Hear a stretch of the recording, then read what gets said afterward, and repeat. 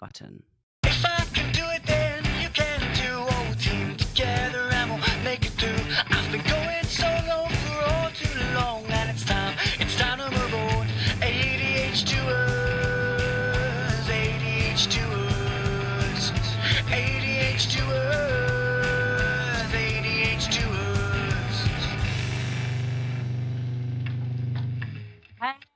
Hello, everyone. Welcome Hey, back guys. to ADHD Explorers. I'm your host, Addie, and we got Ben here. Hello. And today we have also the wonderful Rebecca King, aka the ADHD nutritionist. Yeah. Welcome, Becca. Yay. Thanks so much for having coming me. on. I really wanted to get you on because I just feel like the information you share online is something that's really niche and really important to ADHDers. Like I didn't expect how much like even our cognitive functioning is affected by like what we put in our bodies. Yeah. And so It's that kind of so like I have endless questions to ask, but I just feel like we've got the holidays coming up and it's a time where we can binge our lives away, eat a lot of refined sugars, which I've been doing Thanksgiving. And I just, maybe we can start there. Like all the yummy pies. I know. What the pies? Don't get me started. Oh my gosh. What is it about the I had pie on the ADHD weekend. thing? What is it about the ADHD thing where there's like, oh, you can eat like not a whole pizza, you can just eat one slice, and like, oh, all the pizza is gone. I don't know, what is that? We get just lost in the pizza sometimes, you know what I mean? Yeah, that all or nothing mindset kicks in. Yes, exactly. So I've heard a few things. Like I've heard that maybe it's best for each individual ADHD what they eat in their bodies, but I've heard like a high protein diet is beneficial for ADHDers. Would you? Yes. What is the truth? I would agree with that statement.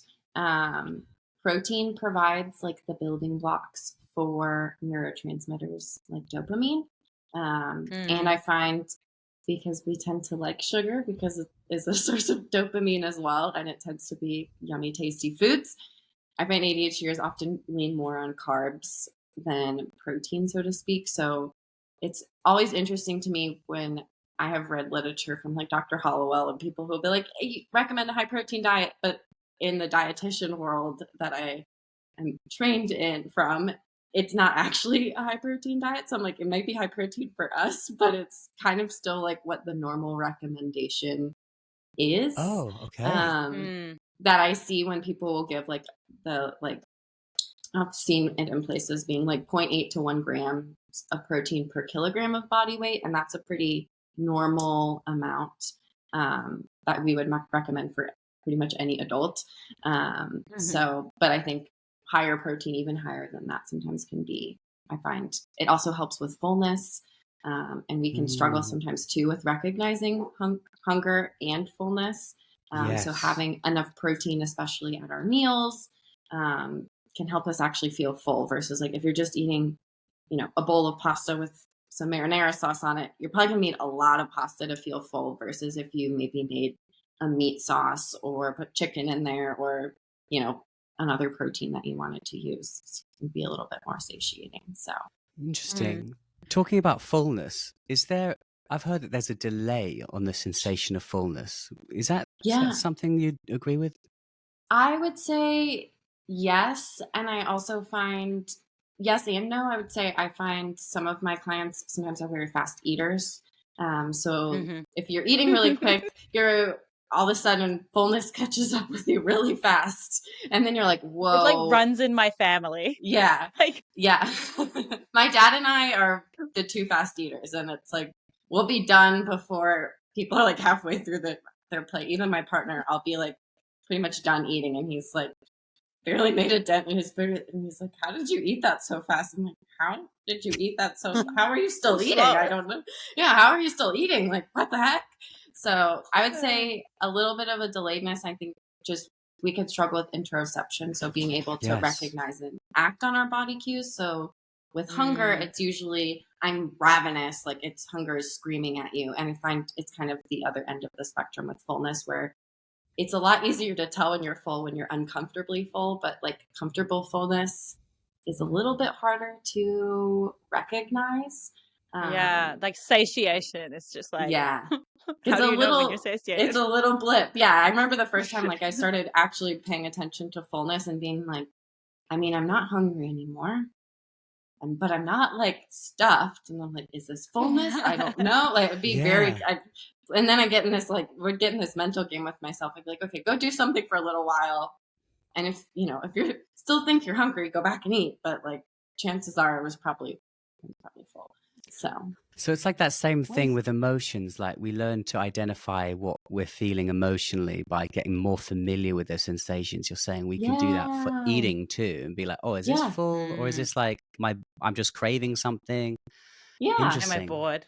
Yeah. Am I bored? Yeah. Is there some other feeling that I might be feeling that might be causing me to want to turn to food even? Sometimes those things can come up too. Or it might not be that I'm bored. It might be that I'm lonely or I'm anxious or just stressed. Other things will pop up too. I think if you're kind of approaching hunger similarly to like our emotions of just being curious. With that like interoception struggle, and what are some recommendations you have for like not letting it get to that point where you're like hangry and someone is like, have you eaten today? And you're like, oh no, I haven't. Like food. What some is recommendations for those of us who do struggle with that interoception? A good rule of thumb that I recommend is like trying to eat every 3 to 4 hours, because after that, like 4 to 5 hour mark is usually when our blood sugar will start to drop. So it's kind of preventing that and then preventing you from getting to that, like, I need to eat what's the quickest, fastest thing I can eat right now kind of hunger. It could kind of prevent you from getting there. If you imagine, like sometimes we'll use a hunger fullness scale for people, and it's trying to kind of stay in that middle of the scale versus letting ourselves get to the extremes. Because if you get overly hungry, it's very likely you're going to eat until you're really, really full most of the time.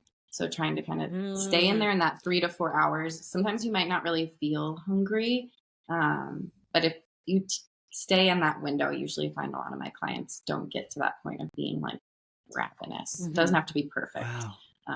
But I find it useful to have a snack with me. My go-to snack is like a whole carrot. My friends make fun of me because they're like, "You're just eating a whole giant carrot," and I'm like, "Hey, I'm eating something." So before we go deeper, I'd love. I just thought we should introduce you and what you do with your clients, and what kind of issues they bring up that like are common. I'd love to know that. Yeah, I am a registered dietitian. I'm also an ADHD, obviously.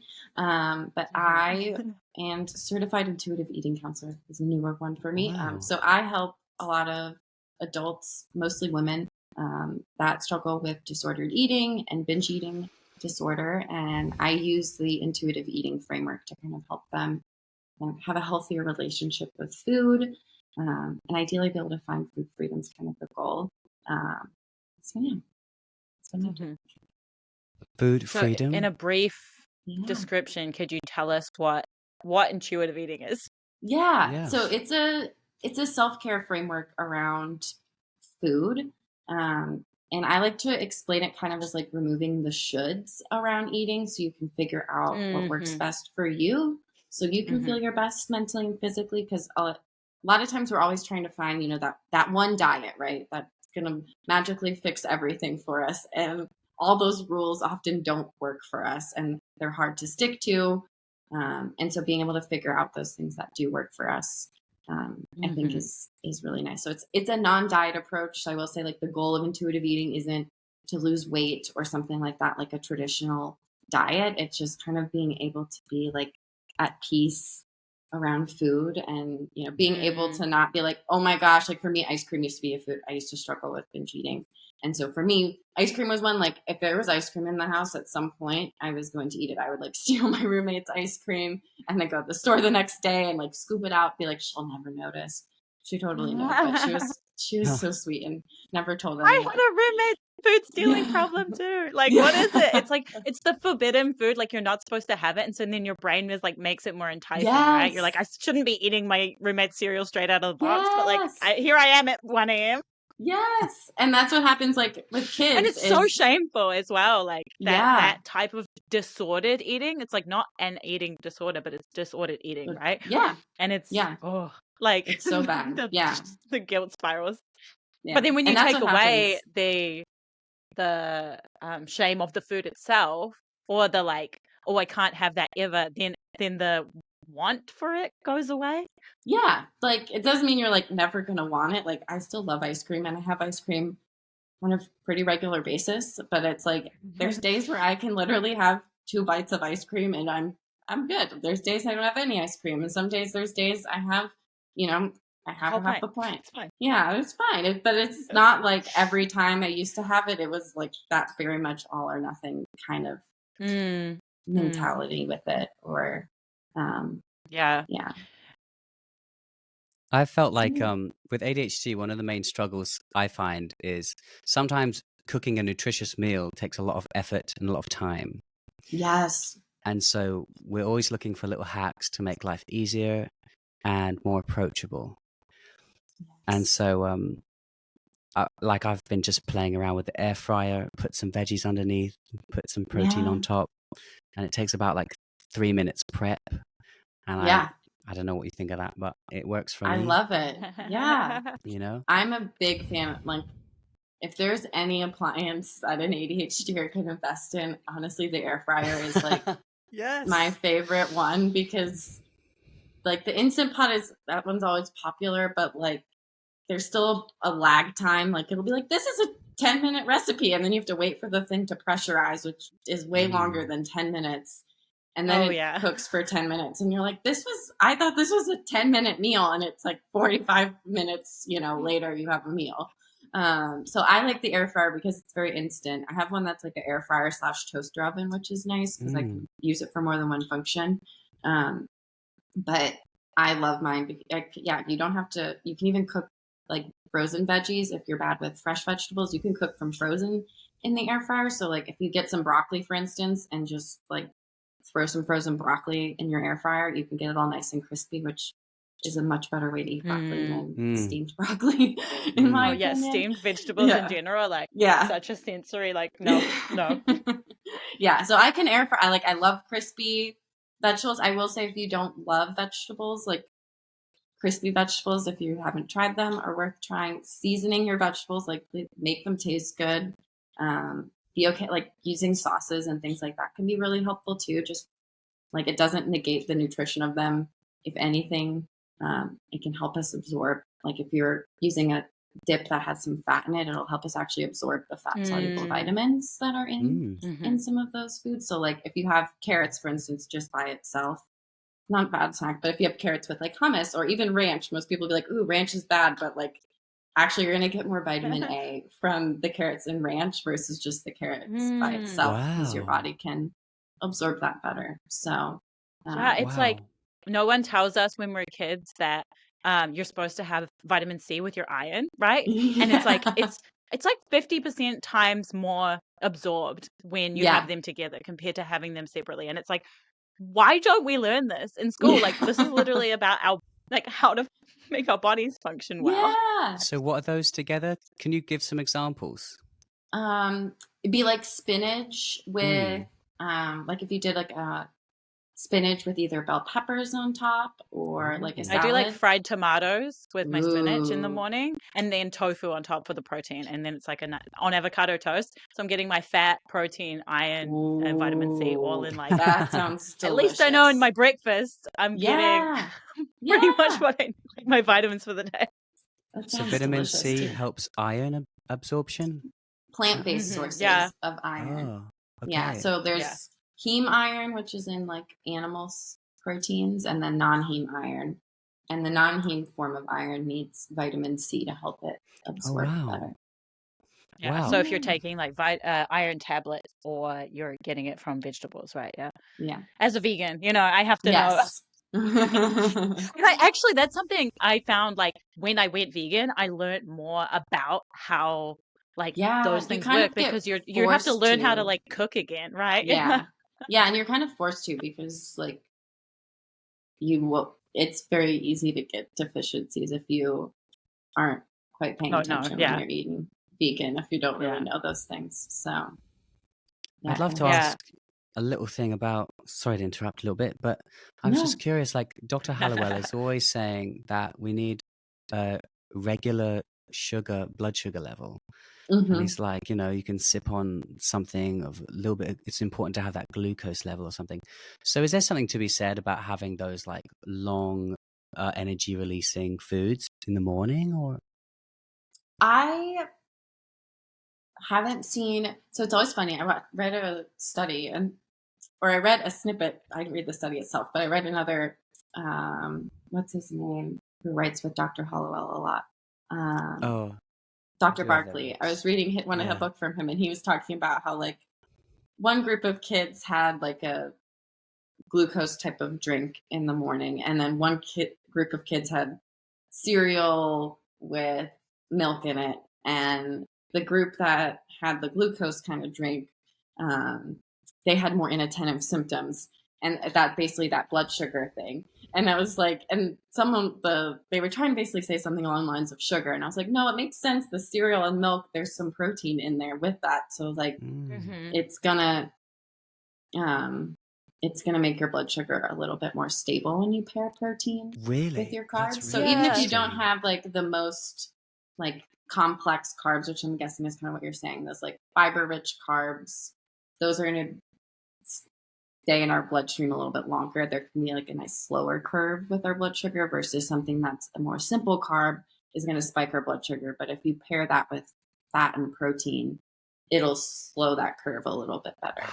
Wow. That makes sense. My coach, when I was training, my coach would always say, take your, like, have a carb snack, but make sure you have some protein with it so that like it keeps your energy going longer. So wow, that's like cool. These are juicy nuggets. This is what I'm here for, because I don't know anything about food and ADHD. That's why I wanted to learn. That's why I guess like a protein shake is probably a good like filler if you're not like motivated to eat or don't know what to cook. Then a protein shake with some like fruit in it, then it's going to be a good like something to get you through. Yeah, that is one of my like go-tos, is keeping some some sort of either protein powder or like a pre-made one if I'm really struggling with executive function. So that way, if there's nothing, like I can sip on that. Like I'm capable of grabbing that out of the fridge and drinking it at a bare minimum. So like, and usually those protein drinks like will have some carbs in it and some, depending on the type that you get, and some fat in there too. So it'll be something, especially if you don't have an appetite, like those kind of things. Like it sounds very counterintuitive to what we hear all the time. It's like, don't drink your calories, so to speak. But like there are times when you do struggle with appetite. What was it? Brooke Schnittman was saying that like, what's that beverage that is like a meal replacement? Like her and her whole family just has Soylent that for breakfast. Oh, Soylent, Soylent, like something like that. Yeah, one of those. And basically they just have that as their like breakfast because it has all of your nutrients in it, and it's easy, low executive function. Yeah. Is there something about, like I eat like a big bowl of pasta sometimes, not as much anymore, but I get really sleepy afterwards. What is the deal with that? It's definitely a brain fog thing after that. It's, again, it goes back to that blood sugar thing. So it could be pairing it with something different, or adding some like protein to that. I find too, like I like to do, I'm not too picky about my pasta. I know some people, if like you are Italian or make homemade pasta, like you probably wouldn't like the gluten-free options, but I will do them because, not from the gluten perspective, but because they tend to have more like protein and fiber in them. So they're just more satiating. So like there's some lentil pasta, chickpea pasta. I can't really tell the difference. Some people can. To me, I can't tell the difference. So sometimes I like to do those because I find they're actually a little bit more satiating. Yeah, there's actually a brand that came out that has like, I think they put pea protein in the pasta. So it's like 30 grams of protein in one serving, and you're getting pasta. So you can just put a cheese sauce on that, and you're like, yeah, you're good to go. Yeah. I got all my macros. Yes. So protein helps because it's like a precursor to dopamine. Did I get that right from you? That is one piece of it. But it just basically like, it helps with slowing down the absorption of the glucose into our bloodstream a little bit. So it keeps that blood sugar level Yeah. more regulated, more steady. Mm-hmm. And Yeah. that's when we get the emotional craziness, right? As well. When we Yeah. when I have a lot of sugar, I feel like it does have a kind of stimulant effect. I'm not sure what that is, Yeah. but it's Yeah. kind of, sometimes not often, but like sometimes I pig out on sugars, and I do find it affects my brain a lot, which is, I never knew that. Yeah. I mostly just feel like I'm gonna puke. If I have too much sugar, I sit on the couch and I'm like, oh, I feel horrible about why did I do this? Yeah. the sugar shock, that's a thing, right? Ooh, that's a good name for it. I've never heard that. But yeah. Is there anything to be said about like gut health and ADHD? Ooh, I would say emerging area of research. Okay. I would say in general, a lot of stuff with gut health is in the very baby sciences of things. And so it's one of those areas that's fun and new and exciting. It's very interesting. Like I spent a lot of if I had the chance to do stuff related to the microbiome when I was in grad school, I was like, yes, I want to research that because it's fascinating. But it's not quite at the place where we can always make a lot of recommendations yet. So I see like a lot of times there's people talking about gut health stuff, and sometimes it's like we don't know all that information yet, or we're not quite there. So sometimes people will so that's why I'm like, I would love to say there's definitely a connection, I would say, because like, I mean, serotonin is partially made in our gut. Our gut is our second brain. So I think there's probably a connection. It just, we don't fully understand the gut yet and all the microbes that live in there and like which microbes are good and which ones are bad. We have a general idea, but we don't know like everything yet. So I think it'll be an area we'll learn a lot more, hopefully, in the next I've been on antibiotics for the last little while, and so I'm very like eating all the kimchi and the sauerkraut and like the vegan kefir and like everything. I'm like, please, it helps, like, because if you don't, not a happy gut. Oh yeah, antibiotics will not make your gut happy, but you need them if you're sick. Yeah. So I feel like there's a big thing when, like, for example, if we're on stimulant medication, our appetite just like goes to zero. And I find myself, and I think a lot of others in the community find themselves at the end of the day, they start to get crazy hungry at like 11. And then I stuff my face, and then I go to sleep, and then I get all this like acid reflux burn in my throat because my belly was so full. So like, what can we do to like prevent that? Would you say? Yes, I would say that 3 to 4 hours, going back to that again, like it will help when your medication wears off too. Like you might not feel hungry on your meds again, but if you're eating while you're taking your meds, even if it's smaller, maybe you can't eat full meals. Maybe you have like smaller frequent snacks or something throughout the day. I call it the hunger monster that comes out when like you haven't really eaten all day and then your meds wear off and your like brain is looking for dopamine because it's not getting it from your meds anymore. And then your body is like, oh my gosh, you haven't fed me. I need all the food. So eating regularly can help.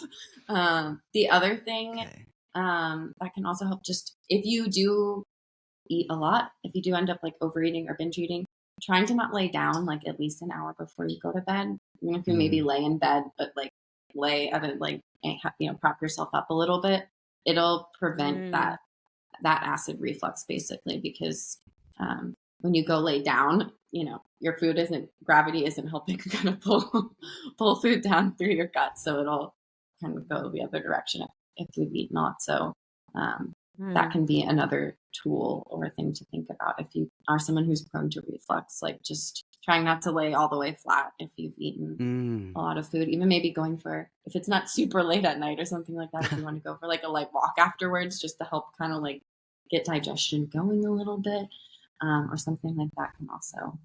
So eat little bits. I try and do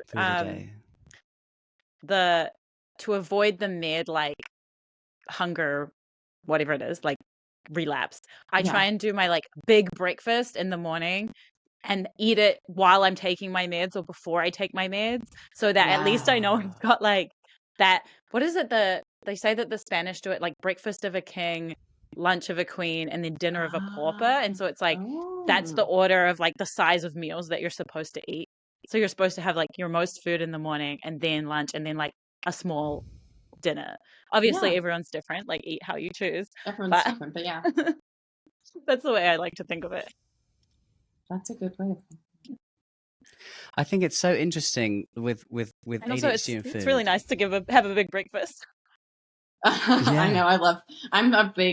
I've always been a breakfast person my whole life. So I've needed a big breakfast always. It's kind of, I have the most executive function then to actually make something. So it turns out nice too.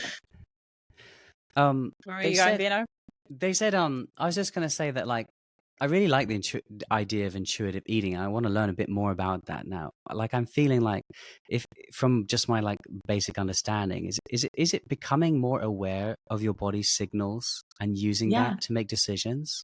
Yes. Yeah. Okay. So yeah, there's a lot of, I would say, like mindfulness aspects to it. Mm. Which is another thing like I really like is it kind of helps you learn a lot more about your body, the messages that you're getting.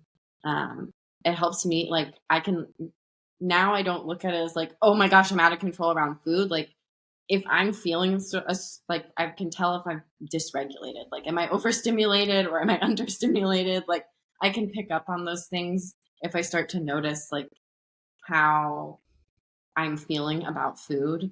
And then I can kind of use other tools instead of like turning to food because of those things or because of emotions or whatever it is.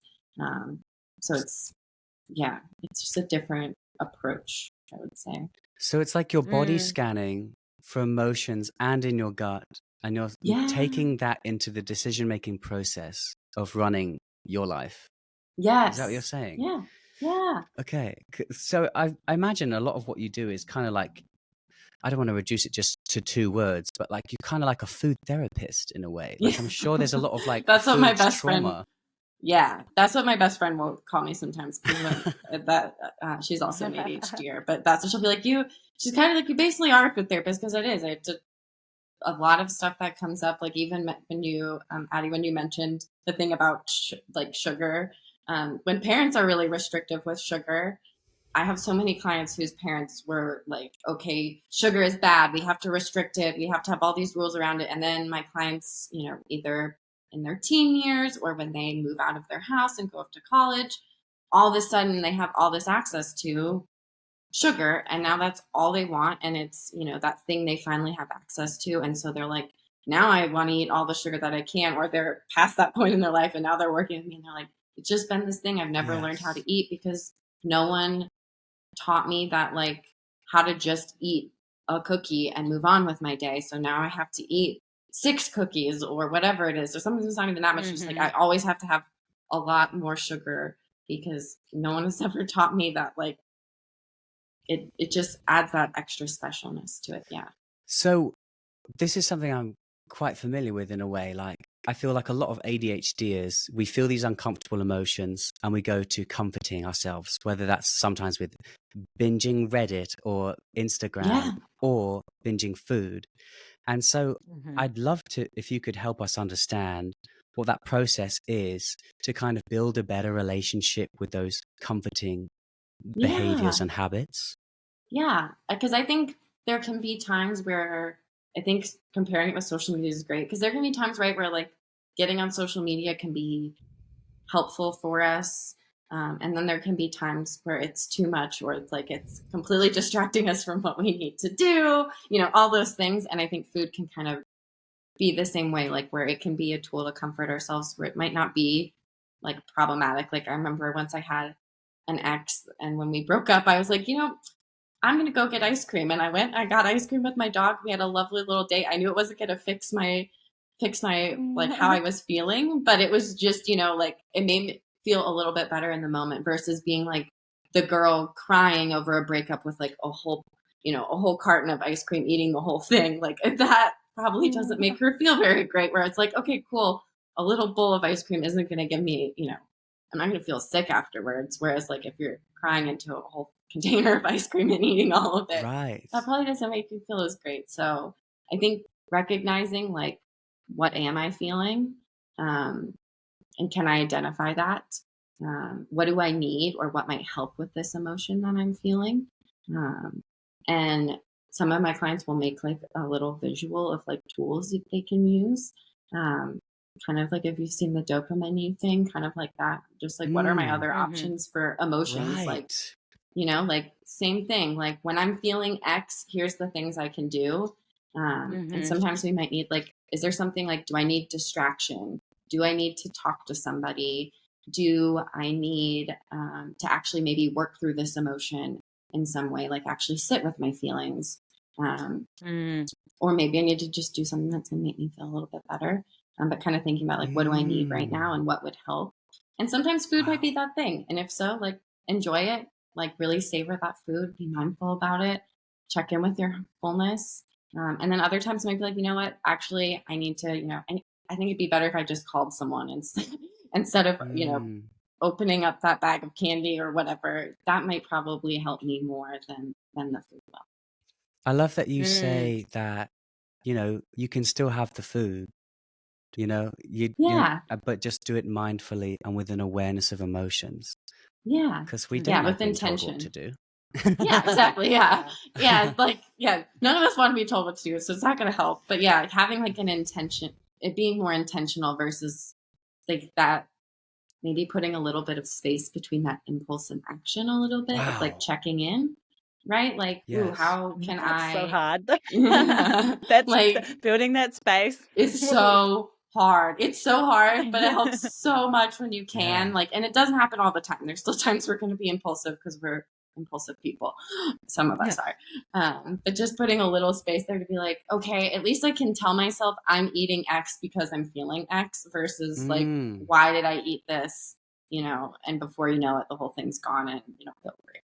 So it's kind of learning to be intentional rather than just purely emotionally reactive.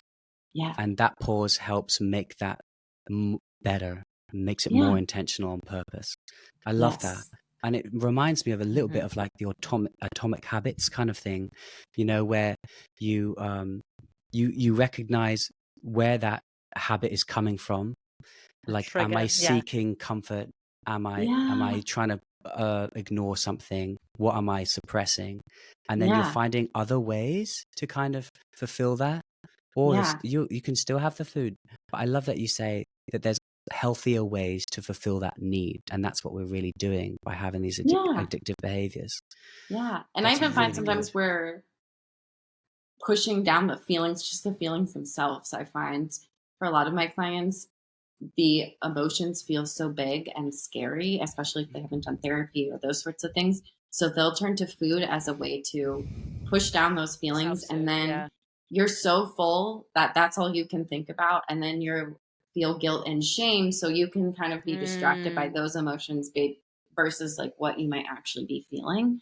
And it can almost be like a way, like kind of a self-harm behavior, right? Where you're like, I'm going to force myself to eat so I feel uncomfortable or so that I can feel bad about myself or so, like these really like harmful, destructive. Yeah. I had a bad day or, so I'm a bad person, so I should make myself feel bad, or I fail, I forgot something. I'm a terrible person because I forgot this meeting or whatever it is.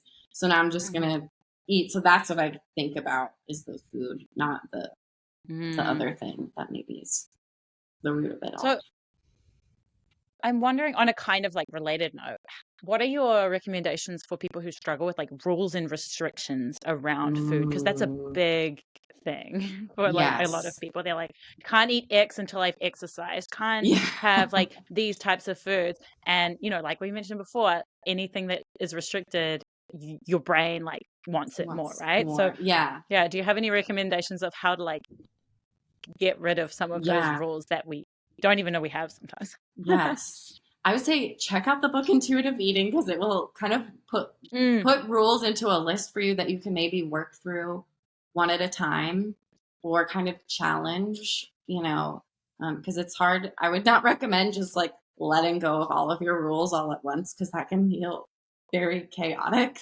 and overwhelming. But sometimes just like if there's a rule that you notice that you are following that like exploring with curiosity, what is this rule? How is this rule helping me? Is it helping me?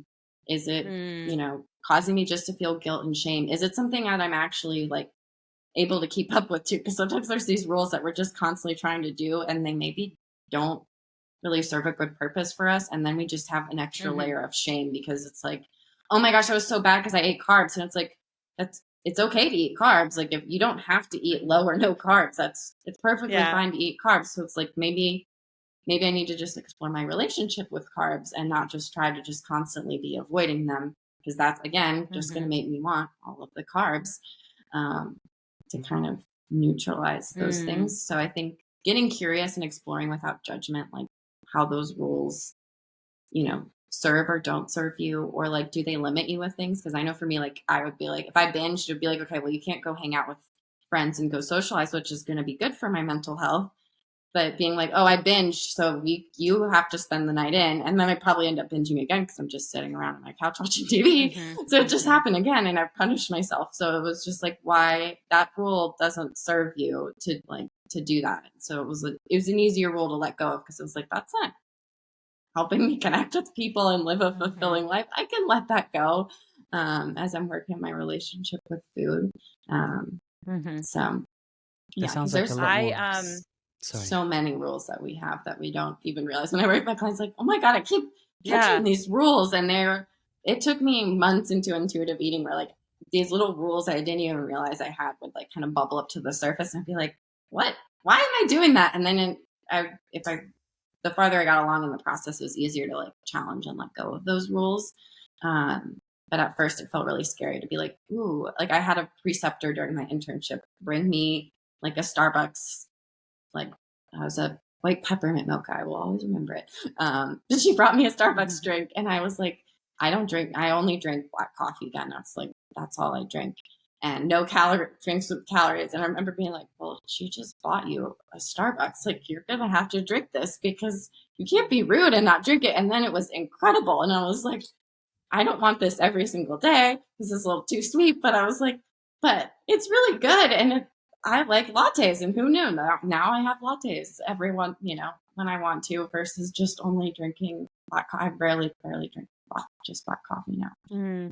But just learning some of those things of like, oh no, it's not going to be the end of the world. I don't need to always have drinks with calories in it. But like sometimes it's nice to have a fancy drink and just not feel guilty about it because it's tasty. I love that. Yeah. So there's no like, so you're against that kind of should and firmness. It's almost like a more self-love, parental to self attitude. Like, what is it? I think the Buddha calls it like the middle way, not too tight, not too soft, just like parent yourself like you're really loving, like a really loving parent. And I love how you say, sorry, I was just going to say curiosity. I love approaching things. I feel like ADHD is so curious, and I feel like we can really use that to aid our like growth journey and food management journey.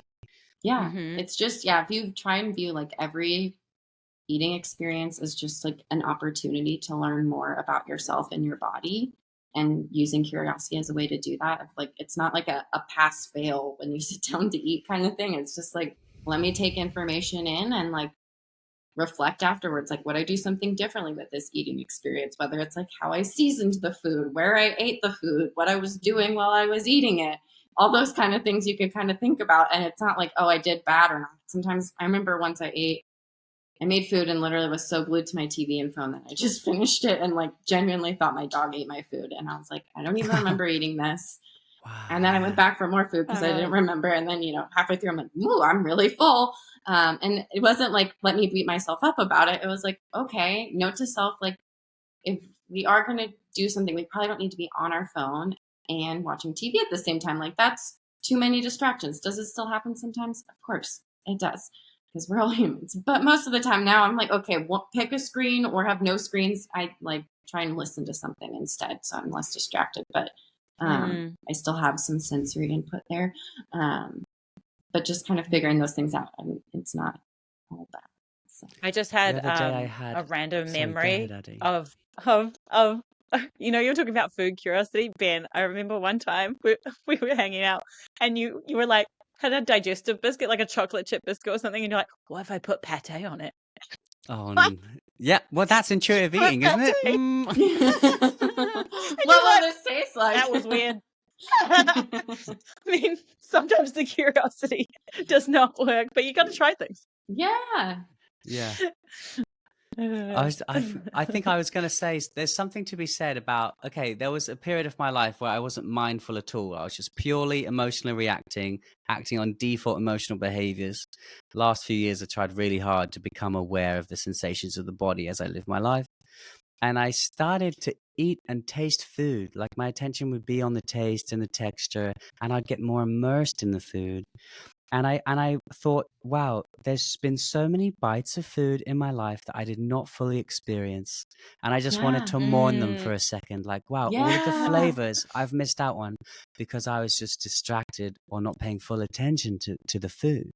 Yeah. And it's so sad. Like, even it's sad when it happens, like, and you finish something that was supposed to be tasty and yummy, and you were so in your own world that, like, it's gone, and now you're like, don't even get, and especially if you don't have more of it, you're like, now it's over, and I didn't get to enjoy it. Like, it was so fast. Yeah.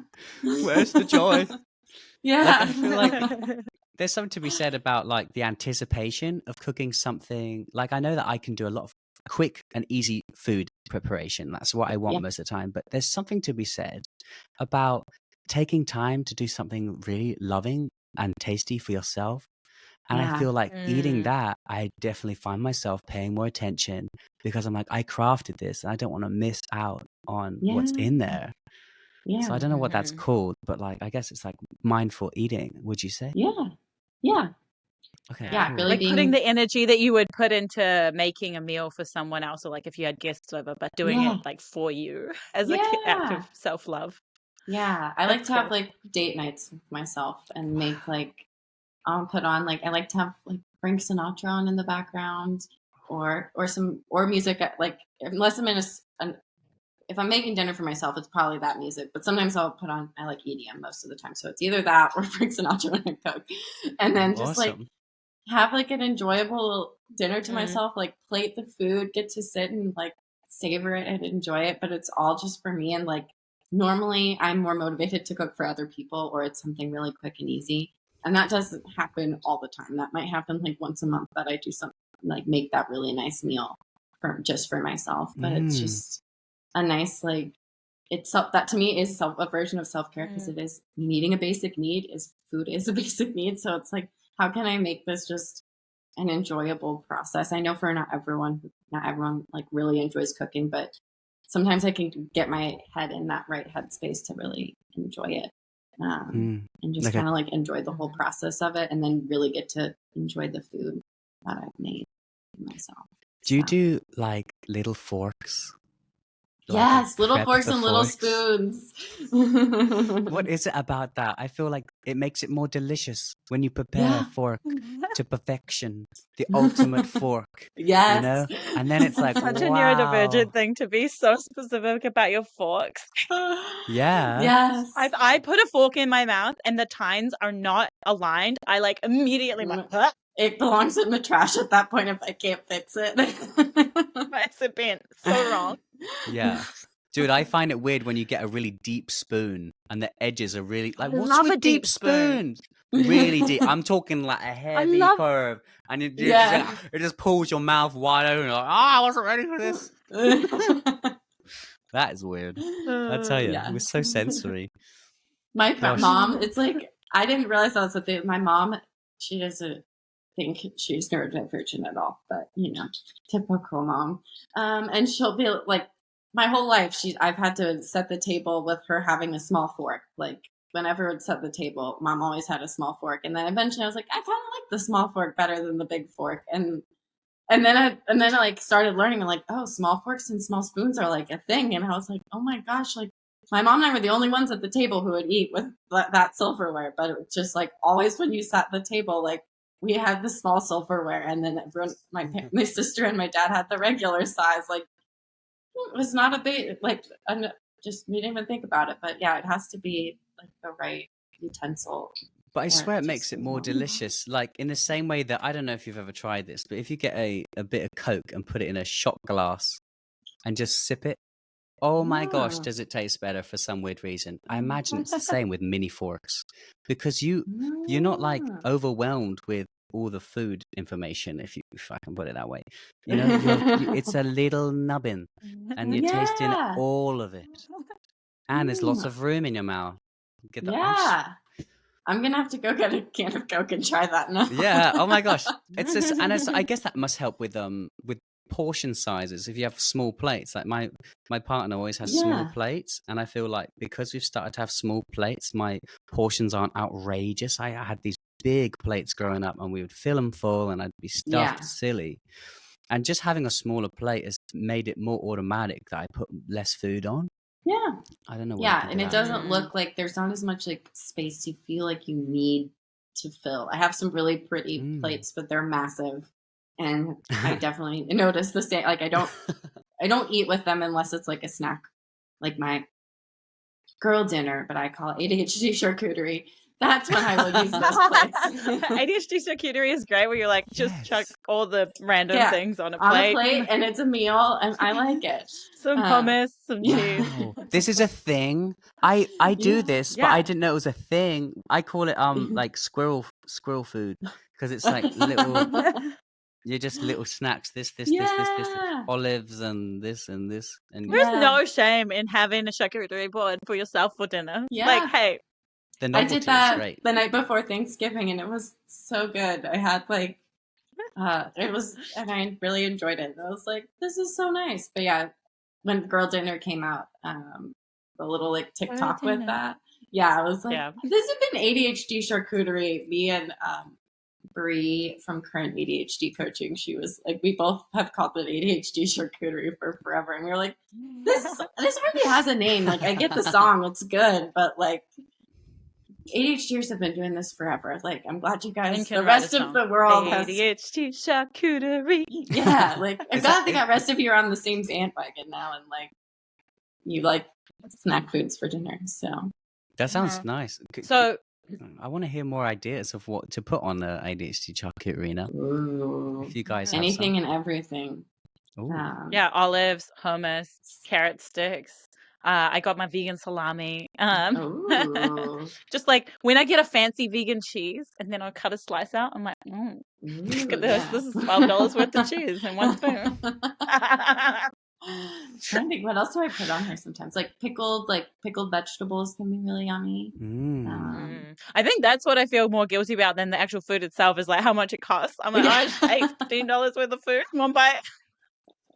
Because I live in Canada. Yeah. Food is so expensive. I have some questions from the community if you are happy to get into those. So I love this one. How am I supposed to come up with something different to eat 2 times plus a day for the rest of my days? Yes.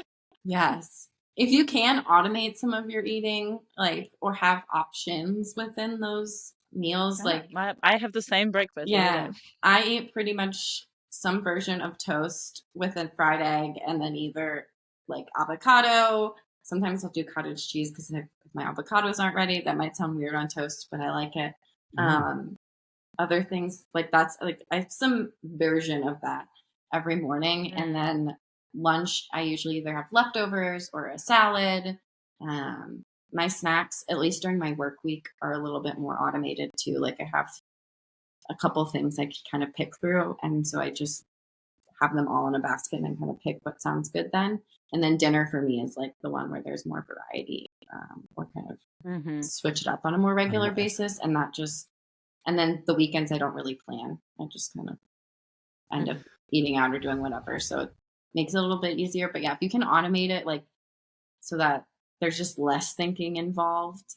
Like what are some types of lunches I like? Can I rotate through them? Or if there's like something you can make multiple versions of, like if you like wraps, there's a million ways you can make wraps. So like, can you do that? Or sandwiches, salads, the same thing. There's a million different versions of those things you can make. So like you can kind of tweak it to your preferences and switch it up and make it a little bit easier. I love the idea of, so you're limiting your decision making. and you've got like Yeah. preset things for breakfast, lunch, and then dinner is the one you can put more effort into. Mm-hmm. Wow, that's really golden. I haven't really thought of that lingo before, automating your food, but I can Have a totally menu see for how that makes yourself. sense. Yeah. Yeah. Basically, yeah, have a menu. Like, what are my lunch options of the things that I can eat? And like, you don't have to have 5 different, there's, let's say you have lunch every day, so 7 meals. But you don't have to have 7 different lunches. You can rotate through things and still find ways to get variety and stuff.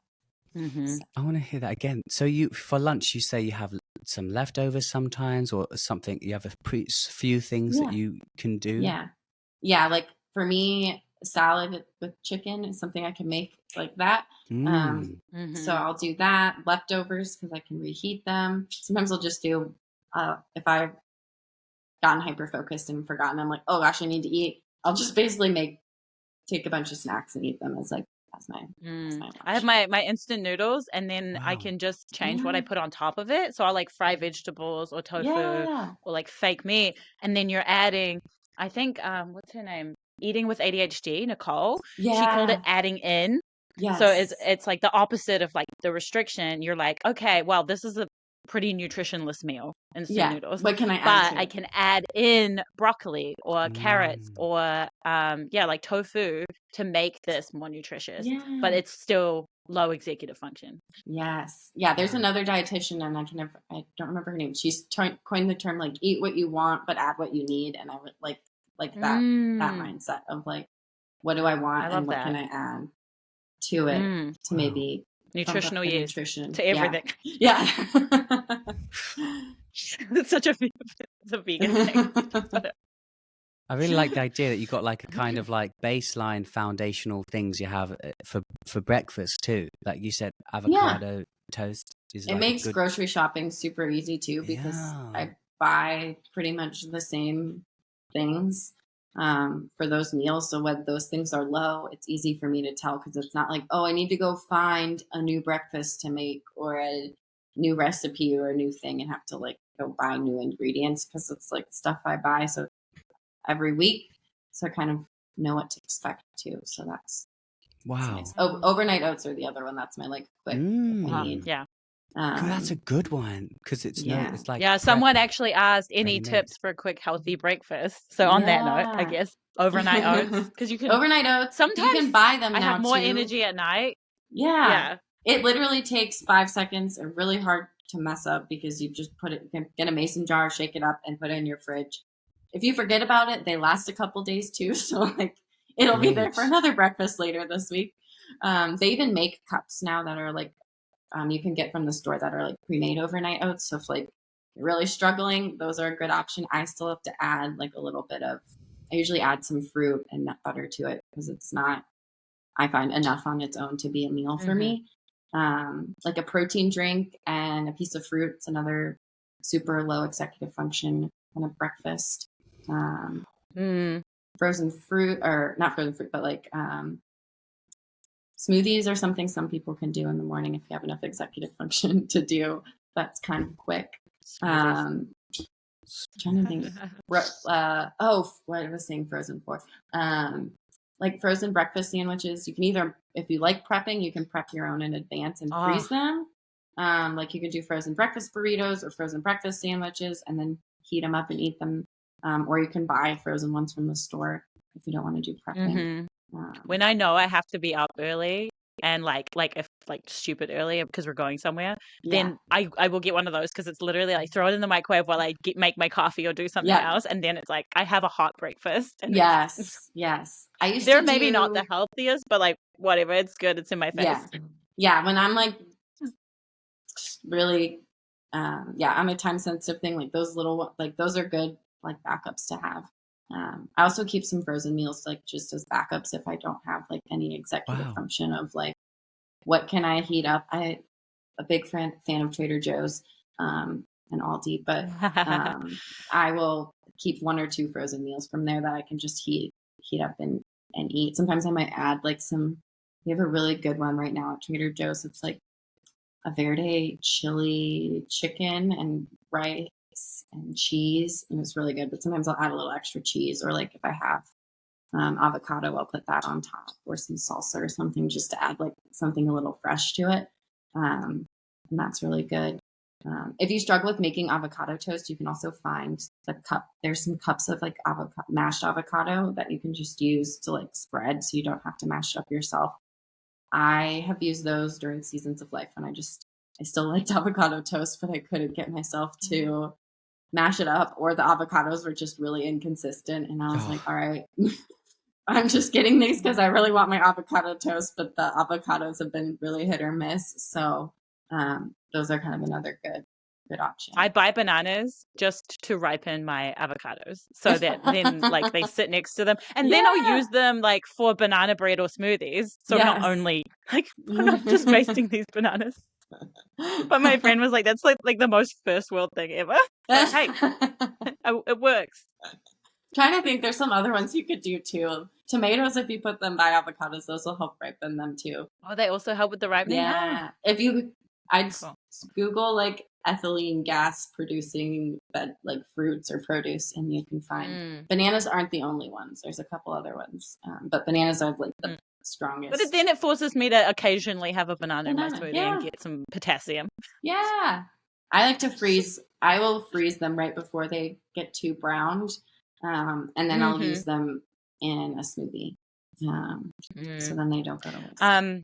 That's good. Someone else is asking, what would be a good and healthy replacement for sugary cravings? Ooh. Well, I think the better question would be to investigate why you're having sugar cravings.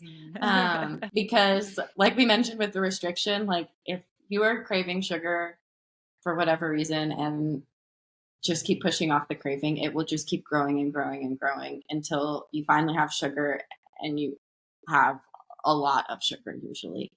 So I think exploring why, like if you're restricting carbs or not eating enough carbs, we can crave sugar because sugar is the quickest, fastest source of energy and carbs. So that's why we crave that one. Or it could be like we've touched on, like emotions or other reasons, like needing stimulation. If you feel like it's just out of boredom, or like you need something to do with your hands or your mouth, exploring some other things you can do that might satisfy that. Like I have some clients who really like the chewable jewelry. Sometimes like I just want to chew on like that really gummy candy or whatever. Like the jewelry, they're like, that actually can satisfy that need. Or gum. I will put a caveat: you can develop jaw issues if you chew too much gum, so just be mindful of that.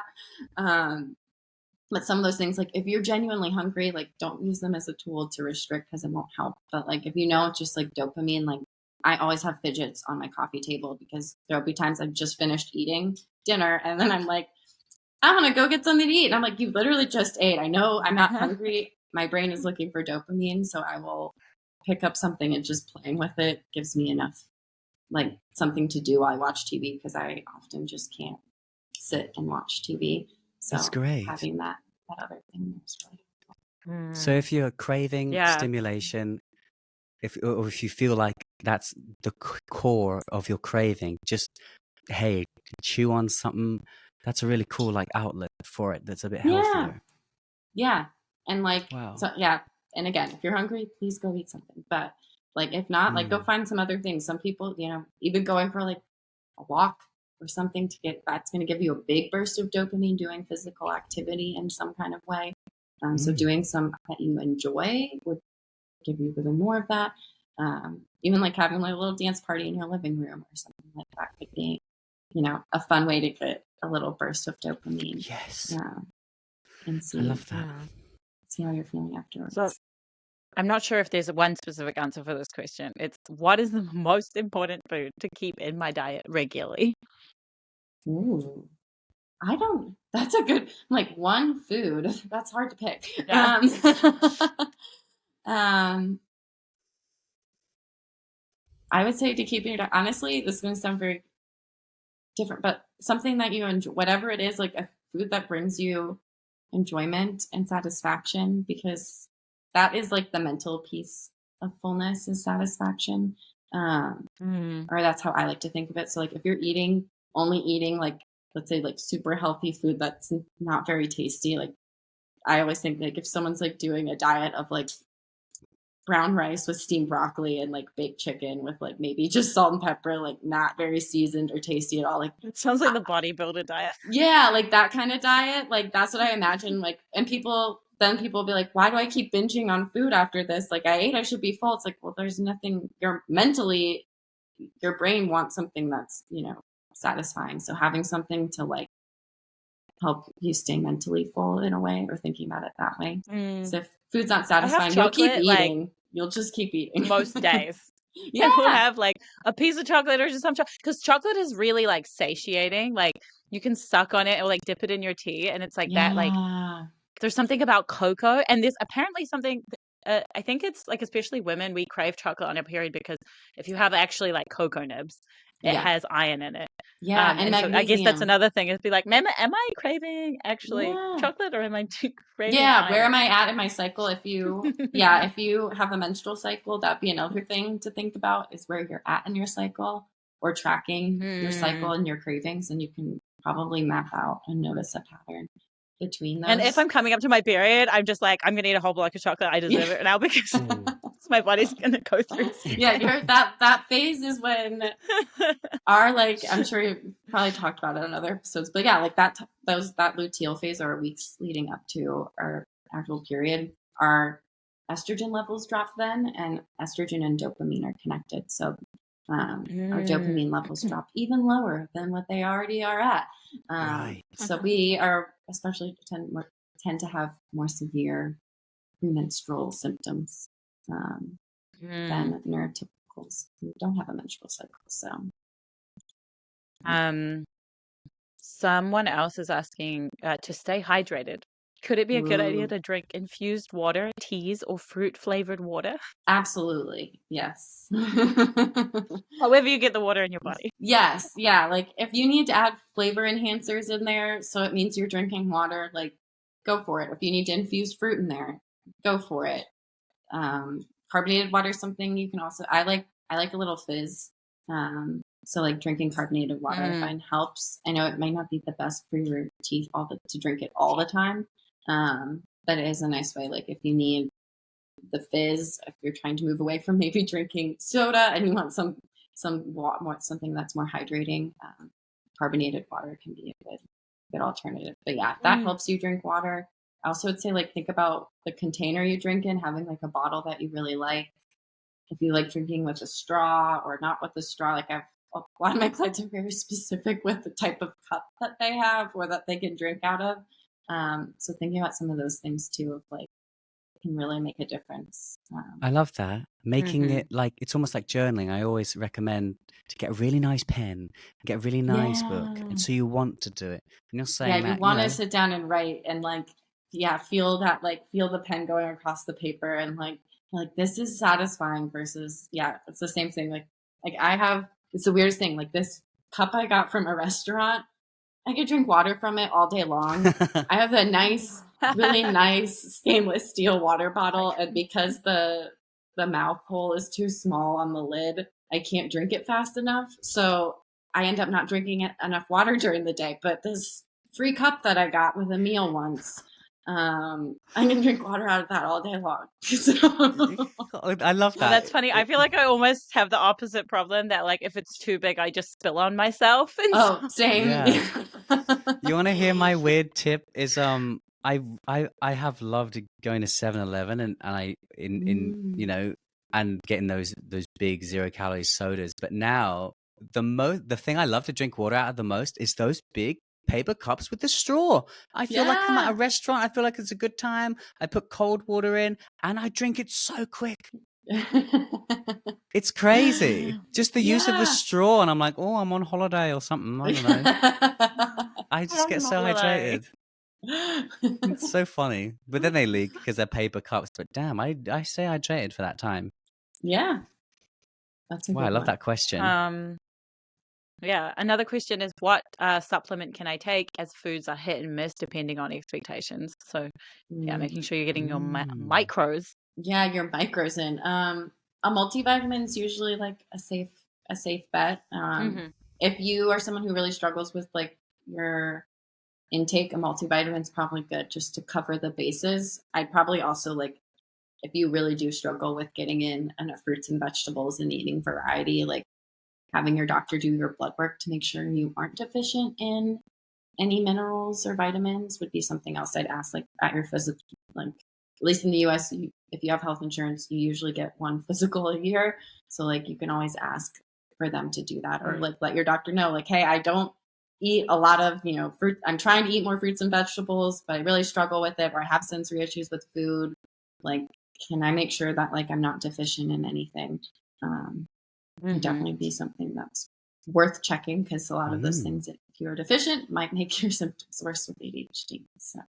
Oh yeah, you're like, why am I so tired all the time? Yeah. I'm not getting enough. I'm anemic. Imagine that. I'm gonna take some multivitamins.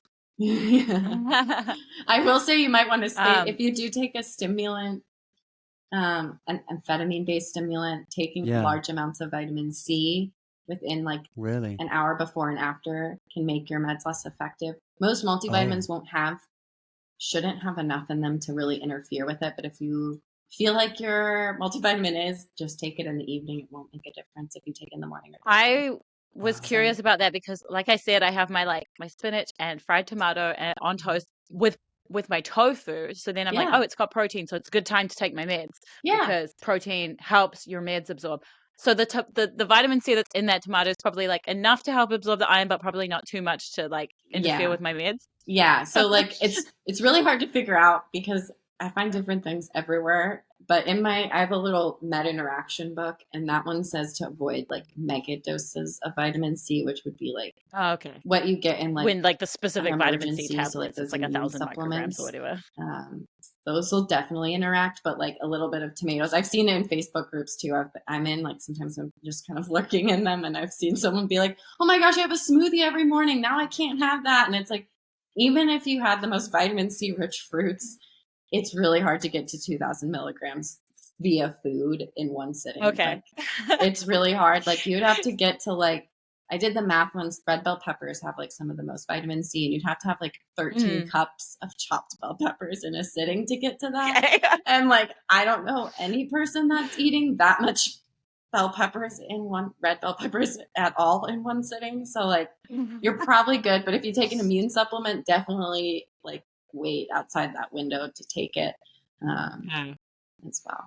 That's funny. So I don't need to worry that my smoothie had 5 strawberries in it. Yeah. Oh my gosh. I used to take emergency every morning, and then one day in my grad school, I was like flipping through my book. I was like, let's see what my meds interact with. And then I was like, oh my gosh, this is why my afternoon meds work 10 times better, because I just wasn't absorbing my medication in the morning, because I'd take my meds with like every morning I'd take emergency and take my meds. And I was like, no wonder my afternoon was like, I was like, man, my meds just work so much better. Reading that, I was like, why did no one, I'd been on my Adderall for like 5 years and no one had told me that this interaction existed. And I was like, be on the box. What? Yeah, it should like, and it's hard sometimes to find like good, reliable information with it too. Like you can go, like I've had to go into the like pamphlets they give you for the medications to figure out like what is true or not, because I've seen different I things swear in they different like places. even when I get my meds, like the sheet they give you doesn't say anything about that. Like you shouldn't be taking this with vitamin C. It's like when you get your antibiotics, sometimes they'll say like don't take this with calcium or whatever it is, but like a lot of the drugs don't have stuff about like I always go check. I do a Google now. Yeah, I go like there's it's not GoodRx, but there's another like drug interaction like website you can kind of go search just to double check, because there are times when they're like, this doesn't interact, and then I'm like, oh, this does interact with something else we take. Like that would be nice to know. So especially like now in winter, I'm taking my vitamin D and K because seasonal depression. Yes. Wow. Especially living in Canada. Another person just wrote, it's not necessarily a question, they just wrote irritable bowel syndrome versus ADHD. Is there an overlap? I've got some thoughts on it. Some people say that the more stress you have in your life, the more those kind of things seem to happen. Yes. Oh, from yeah, the inflammation. for sure. Stress. Yeah. Like, again, that second brain area, I definitely have a lot of clients that have that. So I could say, I think if you're probably more stressed, if you're not eating on a regular schedule either, like, and eating enough, like if you're having especially that like cycle of not eating all day and then eating a large amount of food at night, like your gut's not going to feel great. Like it's just not. Ian's like, So oh. yeah, like, and I've seen research where it's like, if you binge eat at night, like the next day you are going to have more like abdominal discomfort. People are less productive at work. I'm like, yeah, because you like are going to have to go to the bathroom maybe more often, or you're constipated, or you just don't feel good because of that. So I think, yeah, noticing that. I don't think IBS causes ADHD or ADHD necessarily causes IBS, but if you're definitely dealing with a lot of unmanaged stress, it's very likely that it can show up like impacting our gut. So wow. And then related to that schedule, you said like eating on a schedule is helpful. Like, someone just said, how do I make a schedule and stick to it? I use my meals as like my anchor point for my routines in my day. And using that as like, those are non-negotiables. Eating is a non-negotiable for me. Like it has to happen before other things happen in my day. I pair eating like my AM and PM meds with breakfast and lunch. So like, I know that I'm going to take my meds and I know that I'm going to eat 2 meals. So that kind of takes care of those things. I would highly recommend, if you really struggle with routines and schedules, like investing in an ADHD coach might be something worth your while. Or exploring some of their, an ADHD coach's resources with like schedules and routines. Because like when I started my practice in 2020, I had started working with Brooke because I was like, I can show up to my client calls, but like not letting my impulsivity take over when I need to like go do admin work and go do all the like not exciting things that my brain likes to do. I'd be like, I'm going to go to the pool. And it's like, no, you still have stuff you got to go do. So I think working with Brooke was really helpful for me to like, a little plug for Brooke, but it was really helpful with learning how to stick to like routines and schedules to like help myself. So I didn't feel like I was constantly just behind. I like that idea of like linking it to things you already do. So you said you like take your meds when you have breakfast, but I guess if it's like you're struggling to have breakfast, like have breakfast when you do X, or like I take my dog for a walk pretty much every day at lunchtime, and so it's like I get back from my walk, I have my lunch, like they're kind of that's how linked. my breakfast and is. My dog will make a big deal if she doesn't get let out, right? Yeah, that's how my breakfast is. Like I walk my dog and then we get back and I make breakfast. And I do find that for whatever reason, sometimes just leaving, like even just to go take my dogs out in the evening when I'm done with work, like just I have 1 dog that I walk and the other 2 are just really small and don't like walks. So we'll go to the dog park and I'll just take them out to go to the bathroom. And like even that little going outside and change of scenery, I could come back and like actually make myself a meal or like go do other things versus like I just plop right down on the couch and then I don't move the rest of the evening. So yeah, maybe focus on building like 1 breakfast or 1 meal first, like into your routine, and start with 1 meal versus trying to focus on all of them. Do it all at once. Yeah. Wow, that's really interesting. Like, as someone that like I seem to miss breakfast a lot, is that something I should think about growing an awareness around? Yeah, especially if you find you get really hungry around 11 p.m. It might be worth Yes, exploring. I think I do. Yeah. You're telepathic. You're like, you may get hungry at 11 a.m. Maybe have an awareness of that. I'm like, yes, I do. Yeah, sometimes it'll like blip on our radar. We're like, oh, I'm hungry. I could eat. And then we're like, let me finish one thing. And then, all of a sudden it's 2 p.m. and you're like, oh, breakfast. Yeah. Why do I have a headache? Yeah. That will help. So that helps the regularity again, I imagine. So this is the middle goal is to just like keep that blood sugar level, eat regularly, be kind to yourself. You mean regularity, like it will help with that too. I was like, we'll help with that. Wow, that's so good. I've been learning so much. Are there more questions, Yay. Addie, from the community? Or she's hydrating? I think there are a few, but they've mostly covered other topics that we touched on already. So I Nice. think we've Great. covered a lot of bases. Yeah, you did a good Awesome. job.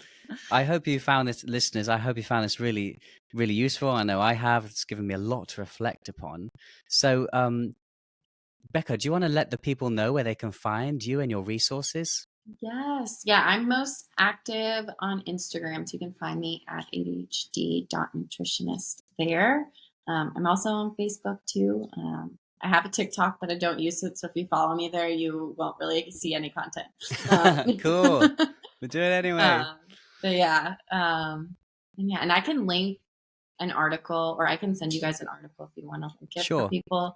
And we can put it in the It's kind show of like notes. how to adapt intuitive eating. It's from another dietitian, but for folks who maybe are familiar with intuitive eating and are like, I can't do intuitive eating, I think that article could be helpful of like how to tweak some of intuitive eating to work for our brains. Because I think sometimes people are like, oh, I've tried it, and they've probably tried it from a more neurotypical lens than approaching it from an ADHD lens. Because I've had clients who have tried intuitive eating and then they come work with me and they're like, oh wait, I can actually do this, but they felt like they couldn't because they were trying to do it in a more neurotypical way. That's fantastic. We'll put it in the show notes. And if you have any more things that you'd like help with ADHD, we make resources at ADHDoers.com. Remember to share this with your friends. We have a cookbook. Yeah, we do have a cookbook that you helped us make, right?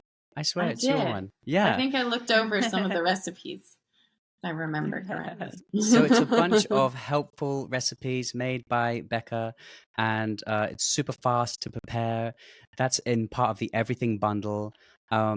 And so it's all by donation. Like, we just want to help people. Like, here at ADHDers, we're just a big bunch of ADHDers that feel like we wanted to create the things that we wanted to see in the world and make it as accessible as we can. So that's all at ADHDers.com. Send this to someone that you feel like it can help. And remember to rate us really nice. And we love you very much. So have a great time. And thanks very much, Becca. Thanks for having me. Thanks. Big love. And remember to celebrate your wins, everybody. Celebrate your wins. Lots of love. Bye-bye.